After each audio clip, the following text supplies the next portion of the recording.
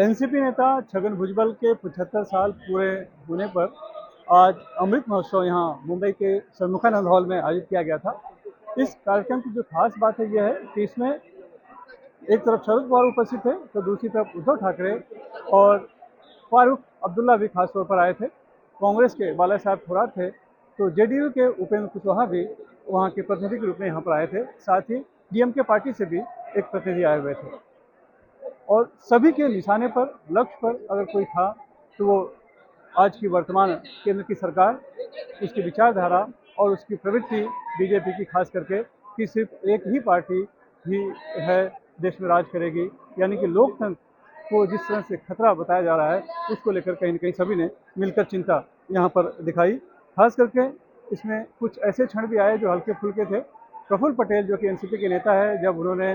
फारूक अब्दुल्ला का परिचय दिया और ये कहा कि 85 साल के होने के बाद भी वो नौजवान है, तब शरद पवार ने उन्हें टोका और कहा कि ये 85 साल के नहीं है बल्कि 58 साल के हैं। इसके साथ ही बाला साहब थोराट ने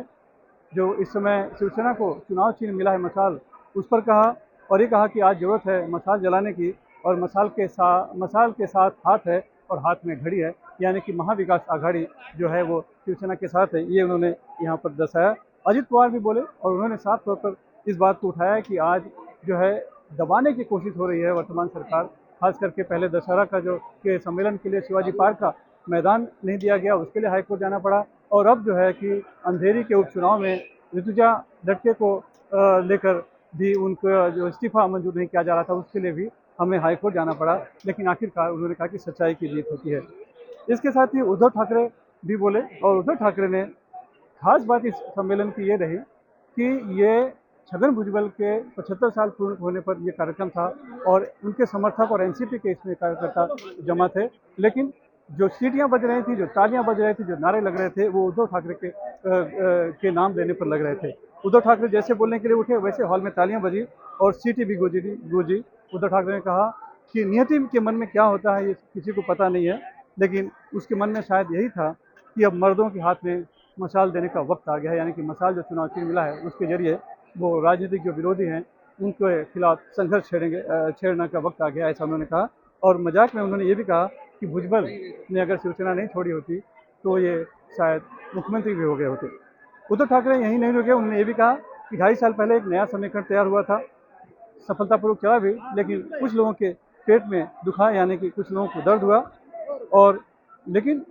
जो एक नई प्रवृत्ति आ गई है कि सब कुछ मुझे ही चाहिए, कोई प्रतियोगी नहीं चाहिए, ये गलत है और इसके लिए हमें बार बार कोर्ट में जाना पड़ता है, ये भी कहा। लेकिन उन्होंने चुनौती भी दी कि अगर हिम्मत है तो मैदान में आओ, मैं मैदान में हूँ, लड़ने के लिए तैयार हूँ और मैदान में ही आकर दो दो हाथ करके देख लेते हैं। यानी कि बार बार जो उन्हें जो दबाया जा रहा है और उनके रोकने की कोशिश हो रही है और उसके लिए बार बार इन्हें जो कोर्ट जाना पड़ रहा है, उस पर उद्धव ठाकरे ने तंज कसते हुए कहा कि मैं कहता हूं कि हिम्मत है तो मैदान में आ जाओ और आमने सामने हो जाने दीजिए। यानी खास करके उनके निशान पर बीजेपी थी और बगावत करके जो जिन्होंने एक नाथ शिंदे गुट थे। इसके साथ ही उन्होंने कहा कि यहाँ पर बताया कि कई तूफान इस दौरान आए, लेकिन ये भी कहा उन्होंने कि तूफान जरूर कई आए, लेकिन तूफान को बनाने वाले शरद पवार यहीं पर हैं और यही तूफान को निर्माण करते हैं कि जो बारिश हो या तूफान हो जिसमें ये खड़े रहते हैं। दरअसल पिछले चुनाव में जब शरद पवार प्रचार कर रहे थे तब बारिश आई थी और उस बारिश में भीग कर उन्होंने अपना भाषण पूरा किया था। उनकी वो तस्वीर बहुत ही लोकप्रिय हुई थी और उसका असर हुआ था और चुनाव में एनसीपी को काफ़ी फायदा भी मिला था। ये भी कहा कि आज़ादी के 75 साल में हम हैं, लेकिन आज भी देश को आज़ादी की दूसरी लड़ाई लड़नी पड़ी है, यानी कि विचारों की लड़ाई लड़नी पड़ी है, लोकतंत्र को जो कुचलने की कोशिश हो रही है उसके खिलाफ लड़ाई लड़नी पड़ी है। फारूक अब्दुल्ला भी यहाँ पर आए थे, उन्होंने भी अपनी बातें रखी। उन्होंने कहा कि हम सब एक साथ हैं, कश्मीर से लेकर कन्याकुमारी तक आज वक्त है देश को एक करने का, एक बनाए रखने का। उन्होंने ये भी कहा कि हम सब में भिन्नता है, अलग अलग क्षेत्र से आते हैं, अलग अलग हमारी भाषाएं हैं, अलग अलग हमारे रीति रिवाज है, लेकिन सब हम इकट्ठा होकर ही भारत बना सकते हैं। तो आज भारत बनाने का वक्त आया हुआ है और उन्होंने ये भी कहा जो कि मजहब नहीं सिखाता आपस में बैर रखना, हिंदी है हम, वतन है हिंदुस्तान का हमारा। यानी धर्म भले अलग अलग हैं लेकिन वो धर्म अलग नहीं करता है बल्कि जोड़ता है, ये भी उन्होंने कहा। उन्होंने भी कहा कि भगवान राम सिर्फ हिंदुओं के नहीं हैं बल्कि सभी के हैं और मैं मुसलमान जरूर हूँ लेकिन एक भारतीय मुसलमान हूँ, चाइनीज़ यानी कि चीनी मुसलमान नहीं हूँ। ये भी बड़ी बात उन्होंने कही। साथ ही उन्होंने गरीबी और बेरोजगारी का मुद्दा भी उठाया और ये भी कहा कि जो समय जो आया है, जो मुसीबत आई है, उससे अगर कोई बचाएगा तो वो भगवान ही बचाएंगे, अल्लाह ही बचाएंगे। इससे भगवान और अल्लाह का साथ आप कभी मत छोड़िए। जावेद अख्तर भी बुलाए गए थे इस कार्यक्रम में, उन्होंने भी अपनी बातें रखी। उन्होंने कहा कि आज एक ऐसी विचारधारा आई है जो ये कहती है कि सिर्फ वही राष्ट्रभक्त हैं, बाकी जो लोग हैं जो उनकी विचारधारा को नहीं मानते हैं वो एंटी नेशनल है। तो ऐसी सोच या ऐसी विचार से लोकतंत्र कैसे बचेगा, यानी कि लोकतंत्र को खतरा है, ऐसा उन्होंने कहा। और उन्होंने बताया हाथ दिखा के, देखिए यहाँ की अलग अलग लोग आए हैं, अलग अलग तस्वीरें हैं, दरअसल यही हमारा हिंदुस्तान है जो यहाँ पर बैठा हुआ है, यानी कि सभी को एक साथ मिल के रहने की जरूरत है, उन्होंने बताया। अंत में शरद पवार ने भाषण दिया और शरद पवार ने हालांकि ज़्यादा कुछ वर्तमान राजनीति पर नहीं कहा, लेकिन इतना ज़रूर कहा कि शायद लोगों को मालूम नहीं है कि फारूक अब्दुल्ला जो यहाँ बैठे हैं, उन फारूक अब्दुल्ला के पिता ने कश्मीर को भारत में बनाए रखने में बहुत ही अहम योगदान दिया था। यानी साफ तौर पर जो भी यहाँ पर नेता आए, उनका भाषण हुआ, उनके निशाने पर कहीं ना कहीं बीजेपी थी।